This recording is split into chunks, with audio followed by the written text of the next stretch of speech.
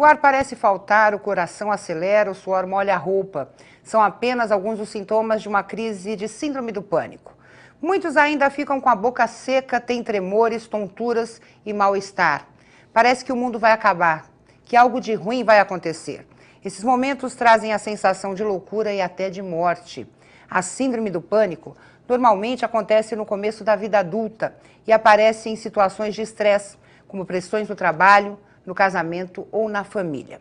No programa Saúde e Vida de hoje vamos falar sobre essa doença que acomete entre 3% e 4% da população mundial, a síndrome do pânico.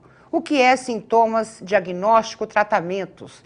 Estamos recebendo a doutora Araceli Albino, presidente do Sindicato dos Psicanalistas, a psicóloga Sandra Regina de Souza Melo Martins, Jaqueline Meirelles, ela que é escritora e atriz, e Adriana Espósito, produtora. Vou começar com a doutora Araceli. Que quadro que a gente tem no Brasil quando falamos em síndrome do pânico hoje? Qual que é a realidade dessa doença? Nós estamos nos deparando com um momento muito acometido pela síndrome do pânico, depressão. Isso, nós temos percebido isso bastante nos consultórios, né? A grande número de pessoas que vêm nos procurar com sintomas de pânico. Por quais fatores? Quais são as causas disso tudo? Geralmente, né, é um processo complexo, né? Mas geralmente ele vai startar, né, relacionado com algum momento da vida difícil, algum momento de perdas importantes, momentos de muito estresse de trabalho. Então, existe um detonador para que ele comece a sentir os sintomas. Isso não significa que já não haja, né, segundo a minha visão, que é a psicanalítica, que já não tenha uma estrutura já não tem uma estrutura que vai possibilitar o desenvolvimento desses sintomas. Agora, confunde-se muito a síndrome do pânico com outras doenças? Porque a gente ouve falar assim, depressão, ansiedade, síndrome do pânico e outras, perda de controle. É um diagnóstico simples ou ele é complicado exatamente porque existem outros tipos de sintomas que podem confundir vamos dizer assim, os profissionais? Olha, o diagnóstico, né, como o próprio nome diz, é uma síndrome, né? São uma série de sintomas né, que uma pessoa vai desenvolver. E nesses sintomas, há sintomas físicos, há sintomas emocionais, juntos, que aparece. Então, fica difícil o diagnóstico, porque ele pode ter taquicardia, ele pode ter sudorese, ele pode ter tremores, ele pode ter medo, isso, né, ou isso pode acontecer tudo ao mesmo tempo, né? Por isso que o próprio nome já diz, né? Pela classificação Mundial de Saúde, que são os DSMs e os CIDs, que é utilizado pelos médicos psiquiátricos, eles têm uma série de sintomas que eles vão enquadrando essas pessoas dentro X sintomas. Tendo X sintomas, então ele é caracterizado como síndrome do pânico. Isso é uma visão médica psiquiátrica, onde isso é visto como uma doença. É uma doença que é tratada por medicação. A nossa posição, enquanto psicanalista, nós temos uma outra visão sobre o diagnóstico. Então a gente vai falar sobre isso já já. Doutora Sandra, antigamente falava assim, depressão, síndrome do pânico, frescura, né? Essa concepção mudou? Ou seja, as pessoas já aceitam esse tipo de enfermidade como realmente sendo um problema de saúde? Hoje sim, até porque, pela Organização Mundial da Saúde, o conceito de doença, de saúde, é o bem-estar físico, psíquico e social. Então, qualquer coisa que tire uma pessoa do equilíbrio dela, ela já não está com a saúde dela estável, né? Se emocionalmente ela não estiver se sentindo bem, ela vai repercutir em todas as outras áreas da vida dela. Eu entendo que, assim, hoje se entende mais que existe. Ainda tem muito preconceito, né? Se uma pessoa aparece com umas bolinhas vermelhinhas, você fala, nossa, corre para o médico. Olha, você pode estar com catapora, você pode... né? Agora, o sintoma que está interno, muito não difícil, ser visível, não ser visível aos olhos dos outros. Sim. Porque a pessoa que está sofrendo, o desespero é muito grande. Ela está limitada de trabalhar, ela está limitada de viver, de se divertir. Não é que você vê uma pessoa com um quadro de pânico e aí, assim, para se divertir ela está ótima, mas para ir trabalhar ela está mal. Não, ela está mal para qualquer coisa. Né? Então, hoje as pessoas estão começando a entender, nossa, se uma pessoa não está bem, né, para viver, para se divertir, bom, então tá. Então, acho que realmente tem alguma coisa diferente. Está se tirando um pouquinho essa ideia de que é preguiçoso, que é vagabundo, que está com um quadro de... Antigamente o médico chamava isso de piripaque. Né? Chegava num consultório, o que o paciente tem? Pericopacosidade. Né? Pericopacosidade, olha, né? E hoje não, hoje já se tem uma visão séria, porque sabe que vai comprometer muita coisa. Existe hoje um perfil, por exemplo, situações que mostrem que determinado tipo de pessoa está mais... Mulheres estão mais propensas à síndrome do pânico. Até você fez uma colocação para a doutora, e assim, um diagnóstico diferencial, que é um diagnóstico que eu estudo, né? Faz 30 anos quase que eu atendo, mas faz 20 que eu estudo, o diagnóstico diferencial de síndrome do pânico e hipoglicemia. Então, a hipoglicemia, ela tem os mesmos sintomas físicos e psíquicos do quadro de pânico, igualzinho. Né? Não tem o que pôr, não tem o que tirar. Então, a grande maioria dos pacientes, quando chegam no meu consultório com um quadro de pânico, a primeira coisa que eu peço, olha, você já procurou o endocrinologista? Já bateu um papo com ele? Já pediu uma curva glicêmica de 4 horas? Se fizer a curva de menos tempo, eu sei que normalmente o médico não gosta de que o paciente sofra tudo isso. Quer dizer, mudanças físicas, ou seja, essa situação pode provocar uma mudança emocional. Sim, porque na verdade a gente não é nem o físico nem o emocional. Nós somos uma pessoa. Só que para a gente poder estudar, a gente separa, né? Então, o psicólogo trabalha com um pedaço, o médico trabalha com outro, o analista, né? A gente pensa assim, mas se você tiver com um sapato apertado e uma unha encravada, acabou seu humor, né? E você está feliz, mas feliz com dor não está, né? Então, interfere, tudo está junto. Você queria colocar? Dar um exemplo? Pode. Vamos contar a história da Jaqueline, porque ela me contou o seguinte, ela teve síndrome do pânico, depressão e vários problemas emocionais. Primeiro, por que esses problemas surgiram? E como é que você conseguiu se livrar deles, né? E como é que foi esse processo? Eu quero fazer uma colocação que a doutora fez, que é muito importante. Outro dia eu participei de um debate e um psiquiatra disse que a depressão não é emocional. Então, eu fiquei muito chocada com aquilo e eu não engoli. Então, agora eu estou na defesa, porque eu comentei, inclusive, que a minha depressão, eu não sabia que eu estava com depressão, mas eu tinha muita tosse. Foram crises de tosse ininterruptas. Eu passei 3 meses tossindo sem parar. E não tinha remédio, não tinha médico, não tinha tratamento que desse jeito. E aquela tosse era de manhã, de tarde, de noite, de madrugada, a minha família já toda incomodada. E quem descobriu que eu estava com depressão e que me deu primeiro antidepressivo foi o infectologista, que ele falou, você não tem nada, você tem depressão. Quantos anos você tinha? Eu tinha 40 e... eu acho que 42, Quer dizer, 43. foi bem na fase adulta mesmo que esses problemas começaram a surgir. Foi. E aí, valorizando aquilo que você tinha falado... realmente, a depressão, quando ela não causa um impacto imediato com a síndrome do pânico, que logo depois disso veio a síndrome do pânico e outras doenças, né, que são decorrentes da depressão que eu enfrentei, o meu primeiro sintoma foi a tosse. Então, o que você entende? Se a pessoa está tossindo demais, aí vem a tal da sintoma...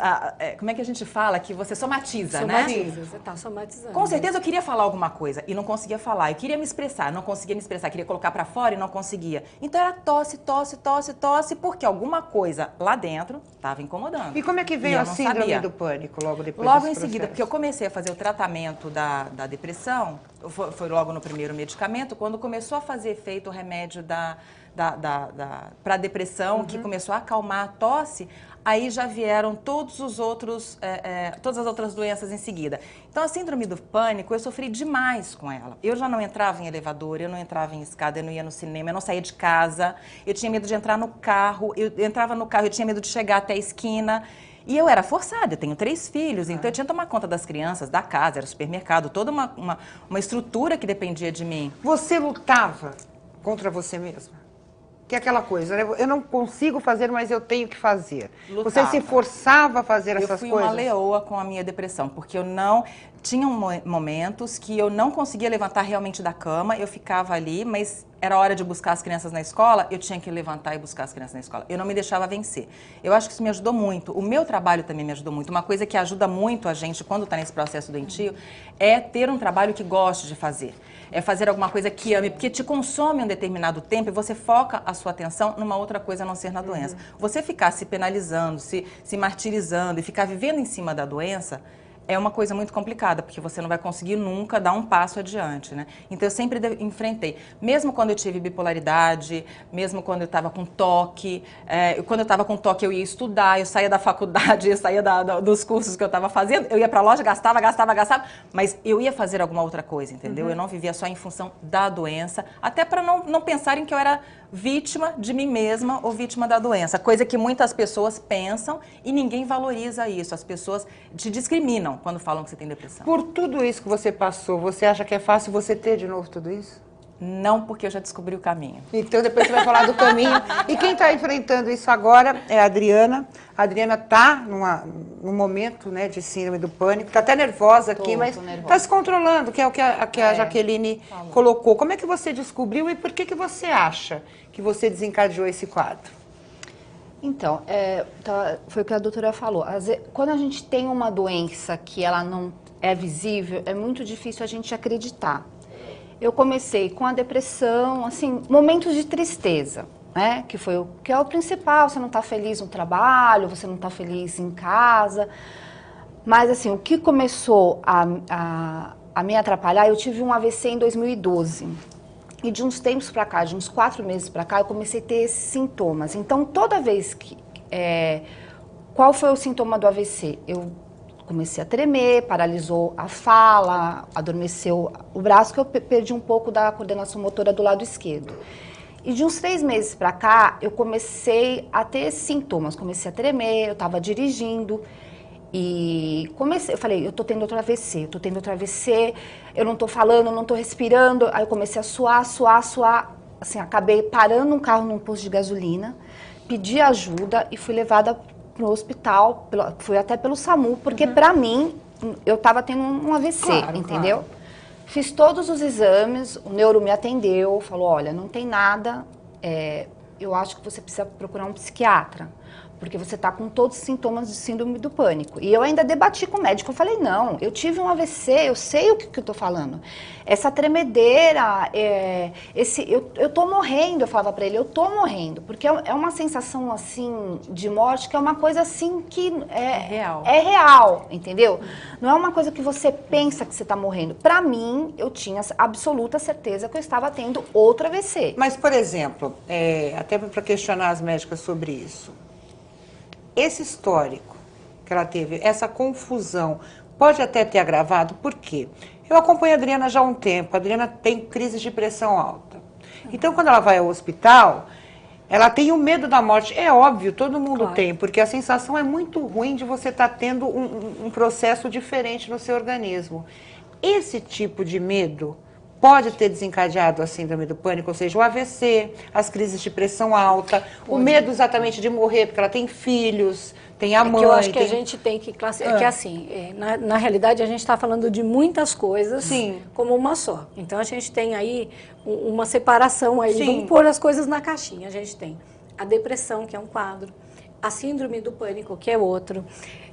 O que ela relatou agora é uma coisa que a gente chama de síndrome do estresse pós-traumático, né? Então, o que você sentiu, claro que traz o quadro de pânico, sim. O que você sentiu é a reação do pânico. Entendi. Mas o que você vivenciou, a síndrome do estresse pós-traumático, ela apareceu depois da guerra. Quando se percebia que, assim, uma pessoa ia para a guerra, ela voltava da guerra, e ela começava a ter situações de desespero que já não correspondia mais. Por que ela estava passando mal se agora, graças a Deus, como sequestro, ela já né, tinha... doutora Sandra?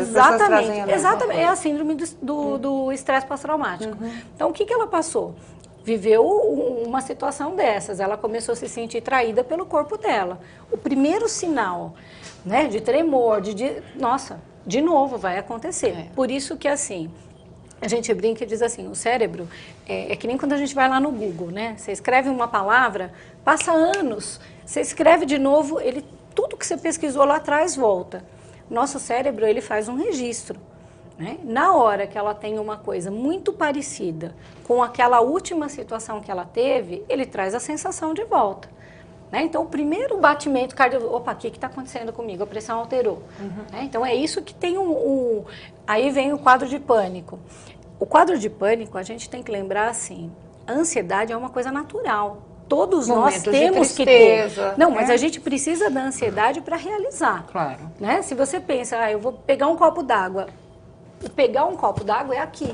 Né? Você já vai levantar. Alguém que fala, vou pegar um copo d'água, né? Não tem esse movimento. Então, é muito importante essa ansiedade básica para a gente reagir. Agora, quando você já está assim, eu vou sair de casa, mas aí eu vou ter que passar em tal lugar. Não, mas aí eu vou... mas aí a gente entrou na questão patológica. Eu preciso ir para o intervalo rapidinho, daqui a pouco a gente volta e eu vou perguntar também para a doutora Araceli, o que colocou a Jaqueline é muito interessante, a coisa do lutar contra a doença, do enfrentar, ou seja, eu não quero levantar, eu não posso levantar, eu posso morrer, mas eu vou fazer. O que isso desencadeia na síndrome do pânico ou em outro quadro depressivo? A gente volta já já.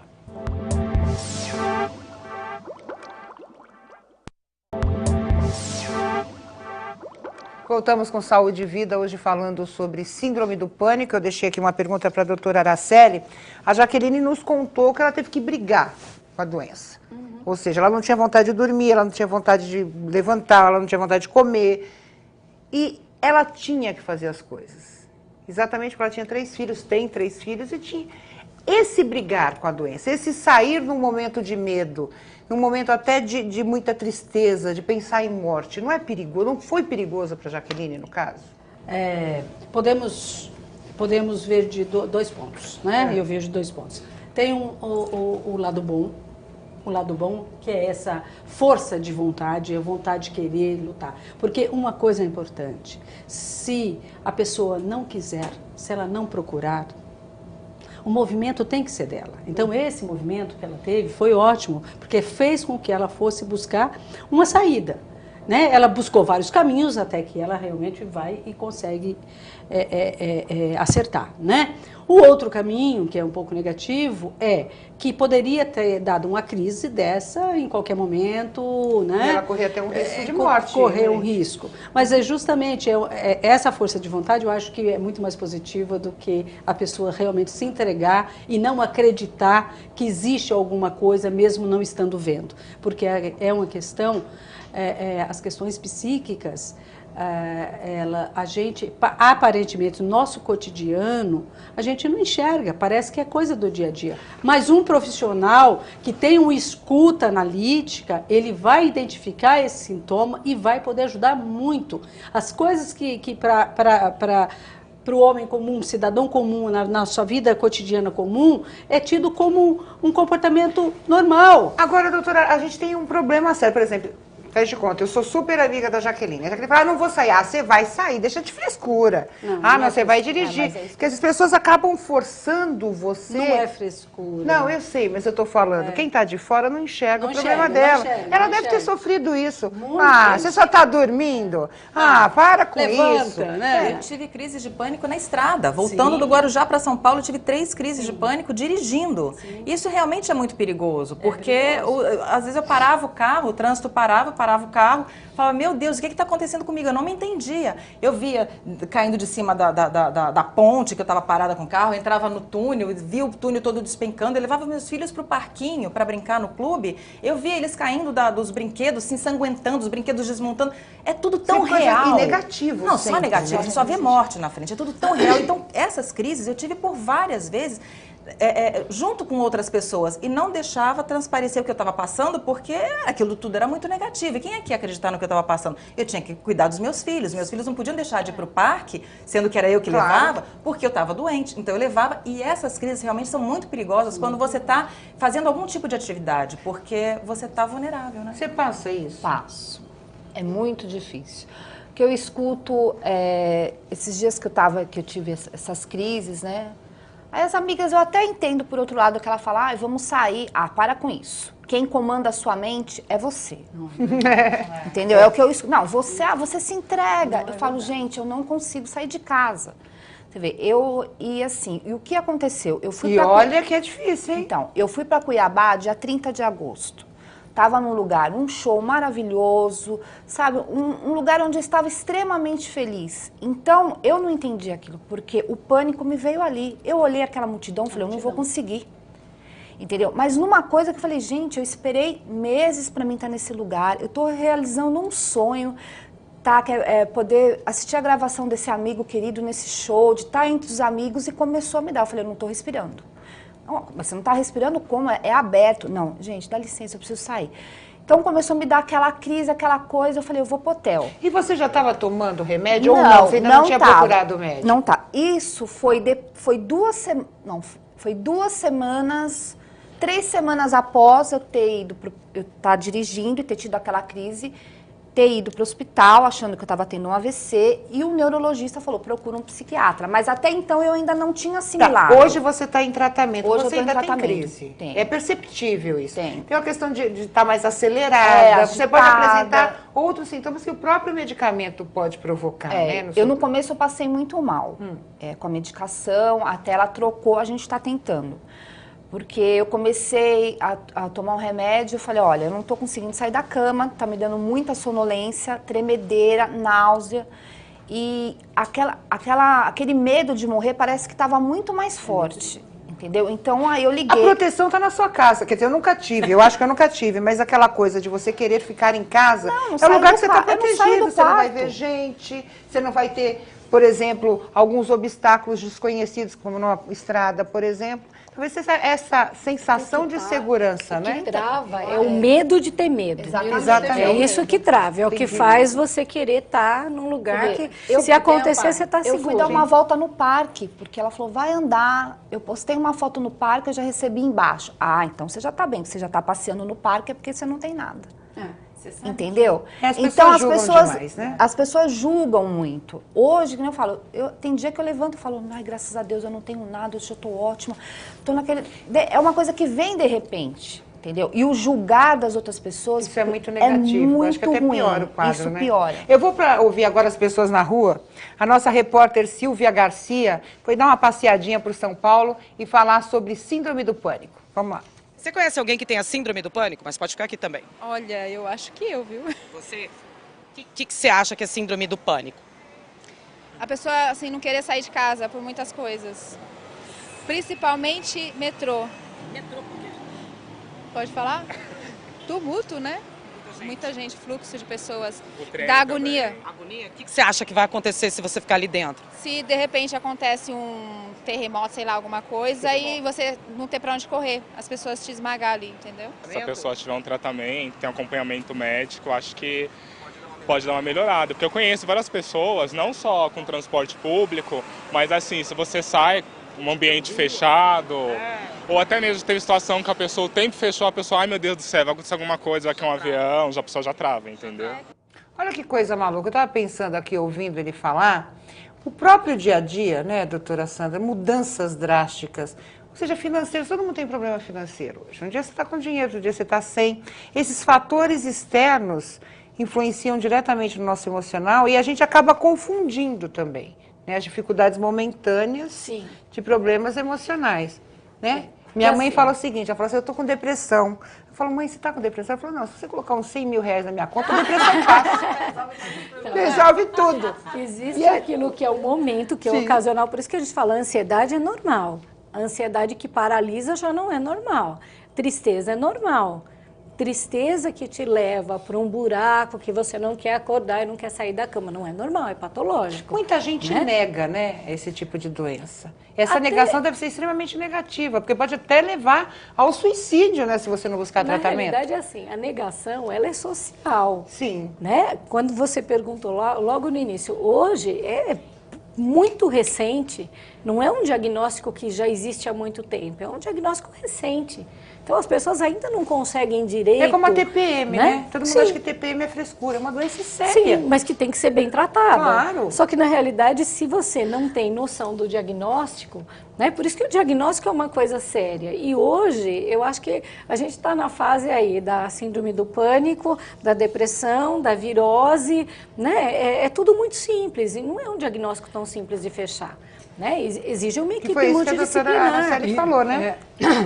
Então, nós temos um posicionamento um pouco diferente. Eu acho que essa vida moderna, a vida pós-moderna, vem facilitando que essas patologias se agravam. Por quê? Porque hoje é um vale tudo, né? Hoje é um vale tudo, mata um leão por dia. Então, a vida nos coloca nesse ponto, né? O que a nossa visão? Esse é um processo psicanalítico, né? Eu tenho uma formação, a minha formação é em psicologia, mas a minha clínica é psicanalítica, né? Então, a nossa visão é que nós temos um diagnóstico estrutural. Existe uma estrutura psíquica que vai favorecer você a desenvolver determinadas coisas. E isso é adquirido no núcleo familiar, na novela familiar, na constituição familiar, que isso é de 0 a 8 anos de idade. São coisas que estão lá representadas, que nós não temos consciência.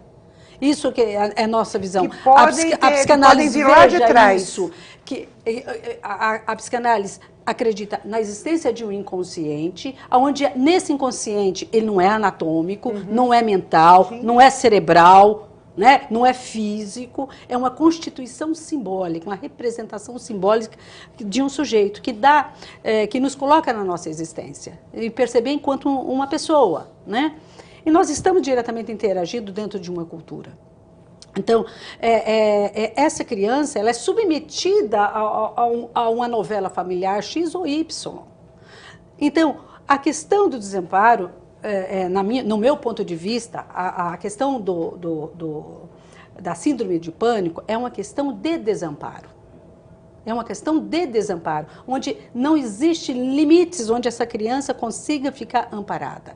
E na minha posição, eu vou deixar claro, que essa não é uma doença nova, essa é uma doença muito antiga, só que ela vem com outros nomes. Porque a medicina não dá conta. Hoje ela tem também mais publicidade, né? Porque tem mais publicidade e porque a vida moderna favorece isso.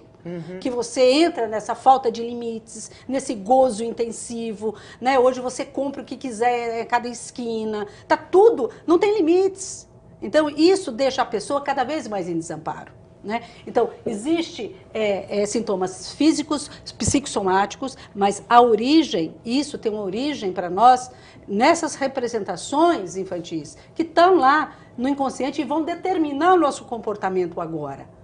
E a gente não percebe isso. Cara, falar isso, eu concordo. Eu tive um problema quando minha filha nasceu, ela ficou enroladinha 2 voltas no cordão umbilical. Ela não consegue usar blusa com botão. Claro. É um problema que ela trouxe do nascimento. E aí eu pensei, não tem palavra, mas tem uma inscrição. E nunca ela vai conseguir usar uma blusa com botão. Sabe por quê? Porque a criança não tem palavra, não tem como nomear aquilo. Sim, mas ela está marcada, o corpo está marcado por aquilo. Porque essa memória é uma memória que a gente guarda ela, isso, né? E ela vai se alojar. Quer dizer, tanto a Jaqueline quanto a Adriana podem ter trazido isso lá de trás. Muito provavelmente tem uma soma. Dentro dessa estrutura, tem alguma estrutura, essa estrutura favorece e esse desamparo ali, infantil, vai se reproduzir na vida adulta mediante quando ela se depara com alguma situação que ela não consegue lidar, que a deixa num estado de morte. No caso do AVC, o dela eu não sei ainda, mas o AVC te deixa perante a morte. Acho que a gente consegue até ilustrar isso que ela está falando, assim, porque é difícil às vezes, né? Quem está na área, você fala uma estrutura, tá fácil de compreender. Mas se a gente quiser entender o que é uma estrutura, uma coisa simples que eu costumo até explicar para os pacientes é assim: a gente vai fazer uma casa. Para você fazer uma casa, você precisa de um alicerce. Sim. Então, primeiro você faz um projeto, aí você faz um alicerce. Em cima daquele alicerce é calculado quanto você vai poder subir daquele peso. A nossa vida, a nossa estrutura psíquica é a mesma coisa. A gente está construindo isso.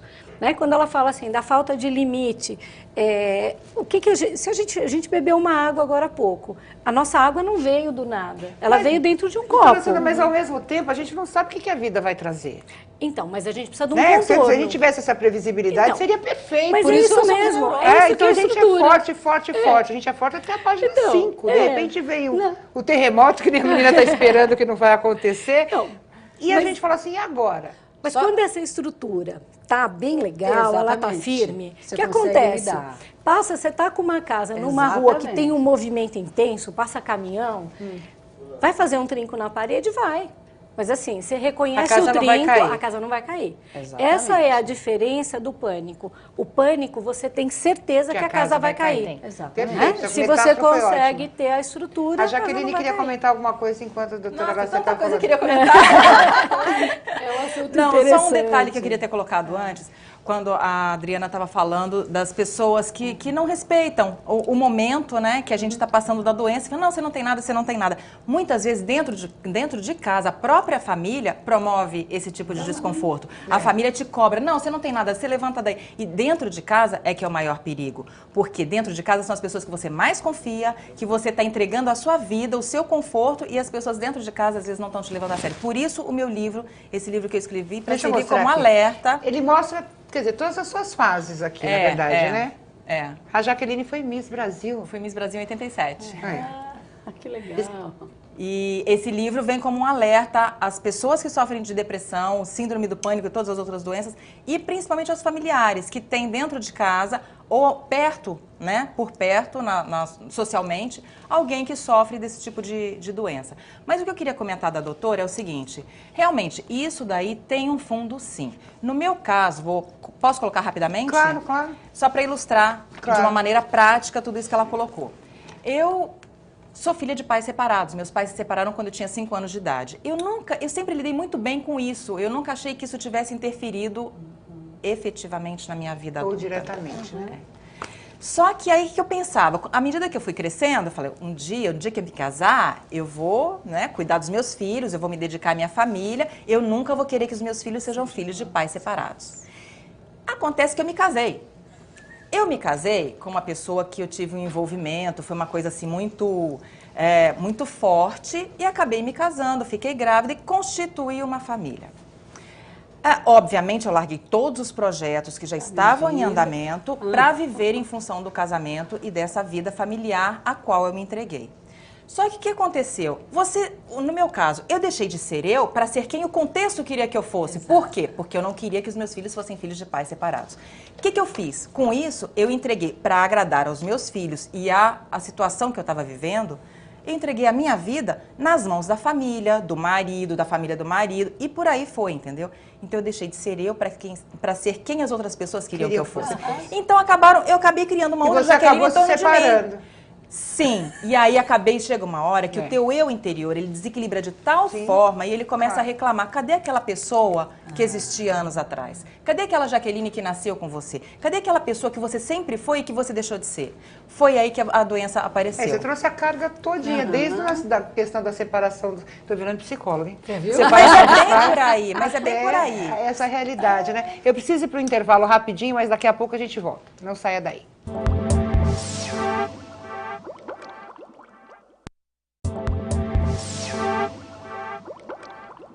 Voltamos com Saúde e Vida, hoje falando sobre síndrome do pânico. Eu queria entrar na questão dos tratamentos, da cura, se existe cura, como é que a Jaqueline conseguiu superar, como é que a Adriana está vivendo essa fase, se ela acredita numa cura rápida, questão de tratamentos alternativos. Eu vi um tratamento na internet hipnótico.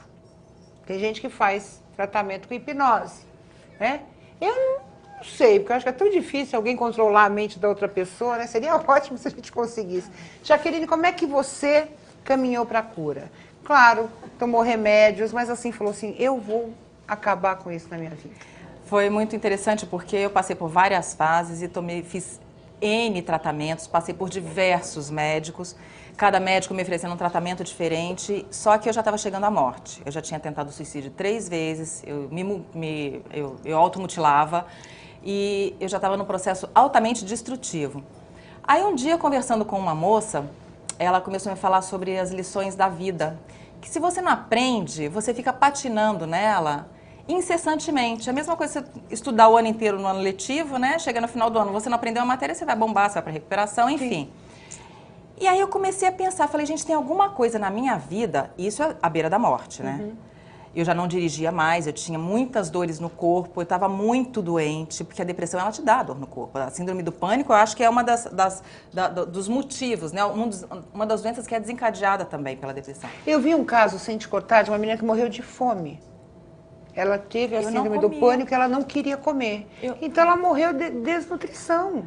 Olha que coisa maluca. Eu tive isso também, eu não conseguia comer, eu passei a pesar 50 quilos, eu era pele e osso. Eu sentava, eu sentia dores nos ossos, porque por mais almofada que tivesse, os ossos machucavam a minha pele, furava, braço fino. Eu também passei por isso.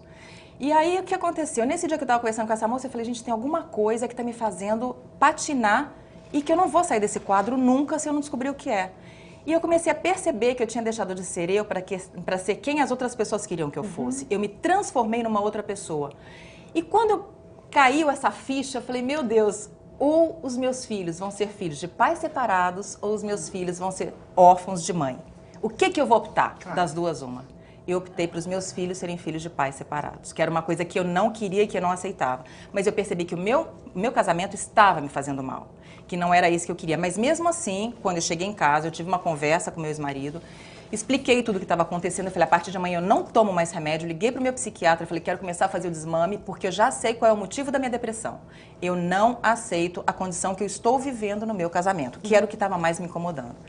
E aí comecei a fazer o desmame, lógico, com acompanhamento médico. É a coisa mais séria a ser feita. E eu falei, a partir de agora... acha que tá bem, né? Para de tomar remédio. Não, isso não pode de jeito nenhum. Terrível. Aí eu falei, a partir de agora vai gostar de mim, quem gostar de mim do jeito que eu sou. Eu volto à minha essência. Passei 1 ano tentando adaptar o meu casamento, àquela nova postura de vida, que não tinha mudado em absolutamente nada, mas simplesmente eu tinha resgatado aquela mulher segura e aquela mulher que existia antes de ter se casado. Posso fazer uma pergunta meio pessoal? Pode. Você se apegou em algum momento a Deus? Ou você nunca teve um relacionamento tão estreito? Não, assim? Quando eu saí da depressão, eu me apeguei a Deus. Muito, muito. Tanto que está relacionado à espiritualidade na cura da depressão. Porque eu acho que você ter fé, você acreditar, mas você tem que acreditar em você. Você tem que acreditar em você e tem que acreditar que você tem um ser maior que toma conta. Por quê? Porque ninguém veio nesse mundo para sofrer. Todo mundo veio nesse mundo para ser feliz. Ninguém veio para morrer de doença nenhuma. Todo mundo veio para uma evolução espiritual. E essa evolução conta no quê? No caminho correto que você está trilhando com você mesma, com a tua missão. Há quanto tempo você está curada? Tem 6 anos. E nunca mais você teve nenhum tipo de oscilação? E nunca mais eu aceito que alguém tente me mudar e eu nunca mais vou mudar a ponto de mexer com a minha estrutura emocional para um contexto, seja lá qual for, emocional ou profissional. Tem cura, então, a síndrome do pânico? Tem cura. Essa é a boa notícia. Viu, Adriana? E varia de pessoa para pessoa, tempo, né, o time. Essa coisa de medicamento eu acho muito interessante, porque às vezes o medicamento funciona para a Jaqueline, não funciona para a Adriana, funciona para mim, não funciona para a Sandra. O que influencia nisso? Sim, eu acho que tem casos extremos que a medicação é necessária. É necessária. Por quê? Não acredito que somente a medicação vai tirá-la da síndrome do pânico. Mas isso vai atuar no sintoma. Eu acho que o corpo não precisa padecer tanto. Então, acho que um acompanhamento médico, psiquiátrico, sério, é importante, sim. Essa questão de medicação não é só um conhecimento, enquanto um pouco de conhecimento em farmacologia, mas assim, é complicado, porque os radicais desses remédios é quase o mesmo para tudo, para psicose, para isso, para pânico. Precisa aceitar, o psiquiatra precisa acertar a dose correta. Não é um processo fácil. Tem que ter paciência. Tem que ter paciência. Eu já vi gente que já mudou 10 vezes. E precisa também, eu acredito, que o psiquiatra tenha uma visão um pouco aberta de permitir que os profissionais da área psi trabalhem. Também. Porque também não. Eu acredito nisso, piamente. Precisa ser um tratamento multidisciplinar. Sim, concordo. Porque só a medicação não vai, ela vai ficar dependente do remédio o resto da vida. E só anestesia aquele mal-estar. Só anestesia. E as questões emocionais que ela precisa resgatar, que ela precisa reorganizar, não vai acontecer. Agora, então, o profissional é importantíssimo da área psi. A convivência entre pessoas com síndrome do pânico é positiva? Ou seja, a troca de experiências? A troca depende do Sei, momento que a pessoa está. Porque assim, Porque eu fico imaginando, você imagina juntar 5 pessoas com síndrome do pânico numa roda, né? Não. Se Não, você porque tem tiver- gente que defende a terapia em grupo para todo tipo de Não. doença emocional, mas Não, depende existe do quadro. O quadro existe. Se você pegar uma pessoa num momento depressivo severo, ela não vai atender o telefone. Simples assim. Não adianta você ligar para ela, porque ela não vai atender. A pior coisa que existe é ligar para um depressivo, porque a pessoa ela não tem energia para aquele momento. Então não dá nem para pensar em juntar, porque não dá. Depende do quadro. Ou até pessoas que já passaram, né, pelo problema. Até porque depois que passou, sim, eu acho que dá para sentar junto. Eu acho que essa discussão ela vai ser extremamente rica. Mas na hora, tá todo mundo transbordando. Todo mundo precisa de alguém que acolha, que faça esse contorno para poder despejar o que está sentindo. Então, não vai caber. Onde você está se apegando? Porque, na verdade, a gente falou de medicamento, de tratamentos alternativos. A doutora Araceli colocou muito bem a questão do tratamento multidisciplinar. Eu acho que para todo tipo de doença, não é só doença emocional. Mas você se apega em quê? E você acredita nessa cura rápida? Olha, foi o que a doutora falou. No começo, o que estava acontecendo? Eu não queria falar com ninguém, eu não atendia celular. Mas isso dura quanto tempo, esse clausuramento aí? Eu acho que durou uns 20 dias, um pouquinho mais. Agora não, o que está me ajudando? O livro da Coroa Cajado, que a Jaqueline me apresentou. Você leu já? Eu li. Ajudou mesmo? Me ajudou e muito. O objetivo desse livro é só isso, ajudar as outras pessoas. E eu tô fazendo, assim, tratamentos alternativos. E a espiritualidade, entendeu? Eu tô procurando Deus, entendeu? Ela me levou num lugar maravilhoso. Eu tô tentando fazer esse tratamento espiritual também, que é uma coisa que tá me dando força. E, assim, às vezes as pessoas falam, eu acho que não é por aí, você tem que continuar com a medicação. Eu acho que a medicação, para mim, hoje, ela é importante. Eu não consigo ficar sem a medicação, porque apesar desses 2 meses, 42 dias de tratamento, eu ainda eu ainda tenho crises. Mas assim, entendeu? por exemplo, essas crises variam? Ou seja, um dia é medo disso, outro dia é medo de outra coisa? Ou sempre na mesma situação você se descontrola? Não, assim, foi até que eu coloquei. As pessoas, às vezes, o que eu associava? Eu associava a um momento ruim, entendeu? Mas não, você vê, aconteceu de eu estar num show, num lugar onde eu estava feliz e começou a me dar aquele pânico que veio aquele negócio, veio do nada. Então eu fiquei muito assim assustada, porque eu falei, gente, eu falei, o médico, aí me veio o que o neurologista falou, olha, você está com o resultado da sua tomografia, você está com o resultado da sua ressonância, eu estou te afirmando que você não tem nada neurológico, o seu problema já passou. Só que o físico, é o que eu falo, eu sinto tudo. Ontem foi um dia assim que foi, eu acordei ruim, com náusea, tontura, tremedeira, sudorese, e assim, e do nada, eu já levantei assim, ainda minha mãe pegou, ainda brincou, falou assim, ixi, esse remédio não estava fazendo efeito. Eu falei, eu vou ficar na cama. E isso que é o ruim, entendeu? Porque eu já falei, hoje eu já não tô boa, então já não vou sair. Então já deitei, já não atendi telefone, já fiquei deitada. Então já te dá aquela coisa, já vem aquela tristeza, que eu falei, nossa, eu tô fazendo tratamento, eu tô fazendo tudo direito, o que será que tá errado? Aí já começa aquela negatividade e vai, mas depois foi que a Jaqueline falou, a gente tem as outras coisas, eu tenho os meus filhos, entendeu? Então você tem que, nem outro dia eu escutei na família, você não vai lavar um tanque de roupa, você vai ver que a sua síndrome do pânico passa rapidinho. Falei, só que não é assim. Não é assim, né? Entendeu? Olha, eu quero dizer que infelizmente o nosso tempo chegou ao fim, mas vou dar um minutinho para cada uma das minhas convidadas para as considerações finais. Eu acho que o principal é você buscar ajuda, principalmente com um profissional qualificado. Eu acho que buscar também esse apoio na espiritualidade, conversar com pessoas como a Jaqueline. A Adriana ainda não. Quando ela curar, ela vai ser, né? Tô brincando. Acho que você tem que trocar experiências e conversar com essas pessoas. Eu quero, em primeiro lugar, agradecer a Jaqueline, está aqui o livro, acho que as pessoas que quiserem saber um pouquinho da história de vida, aqui, para você, da história de vida da Jaqueline, né? Quem olha para você acha que você nunca teve problema, tem aquela coisa, né? Então, eu acho que a gente conhecer as histórias das outras pessoas podem nos ajudar a enfrentar também histórias na nossa vida, né? Jaqueline, seu recado final. Olha, eu passando por tudo isso, tendo passado por tudo isso e tendo conseguido a cura, eu só posso dizer o seguinte: não desiste. Não desiste, que o caminho não é o da doença, o caminho é o da cura. Então, o caminho é da felicidade, é da alegria. Então, não perca as esperanças, não se entregue. Eu quase fui por 3 vezes, eu me machucava demais. Não se deixe levar pela doença. A doença tem cura, basta você voltar atrás e encontrar o seu caminho. Se por acaso você quiser ter contato com o livro, você encontra ele através do meu site, que é o www.5.0.com. Boa sorte. Quero agradecer também a doutora Sandra. Doutora Sandra, seu recado final. Olha, eu também quero agradecer estar aqui, porque é um assunto que eu estudo muito e gosto de falar dele. E acho que o meu recado é assim: antes de iniciar qualquer tratamento com medicação, procura um endocrinologista e faz uma curva glicêmica, vê se o diagnóstico diferencial, né? Se aí você tiver certeza que não é isso, aí sim, aí cabe o trabalho do psicólogo, cabe a medicação se for uma situação extrema, né? Aí tudo isso casado vai te levar para um caminho bem legal, mas não deixa de procurar a equipe multidisciplinar, porque às vezes o tratamento está no caminho errado, né? E você tinha uma chance mais rápida, né? Não tem coisa melhor do que viver bem, né? Não é?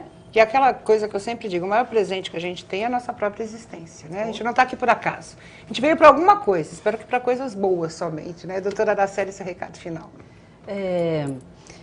Eu acho que o importante, a gente, como diz, nós viemos na vida para tentar, né? Para ser feliz, não é para sofrer. Acho que A gente tenta todo dia, né? Todo dia, né? Eu acho que isso é bem possível, né? A gente viver a vida com naturalidade, a vida é mais simples, só que tem coisas que a gente não consegue entender e saber.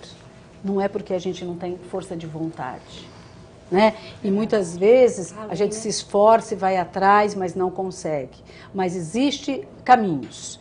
Eu acho que pode procurar autoajuda, espiritualidade, mas eu acho que se você procurar os caminhos também de profissionais que entendem disso, eles vão contribuir e com certeza vai ter uma vida muito melhor. Existe assim, quero deixar claro que as questões emocionais, psíquicas, elas existem e elas acabam determinando os nossos comportamentos, as nossas ações e nos adoecendo. Eu quero agradecer também a Adriana Espósito. Quero te receber curada assim, que nem a Jaqueline. Quem sabe com um livro também, né? Contando a história. Adriana, seu recado final. Eu só quero agradecer vocês, tá? Pela oportunidade de estar aqui hoje, poder passar para as outras pessoas esse problema, porque foi o que foi dito aqui. É muito difícil as pessoas não aceitarem. E eu estou super feliz de estar aqui, de poder estar passando essa experiência, e eu tenho certeza que eu vou estar curada. Obrigada. Parabéns pela sua força de vontade. É nítido que você está fazendo um esforço danado para estar aqui, para passar essa experiência. Então, vamos que atrás vem gente, né? Quero agradecer a doutora Sandra, a doutora Araceli, Jaqueline, Adriana. Quero agradecer a você. O Saúde e Vida vai ficando por aqui. Nós temos um encontro no próximo programa. Um grande abraço e até mais.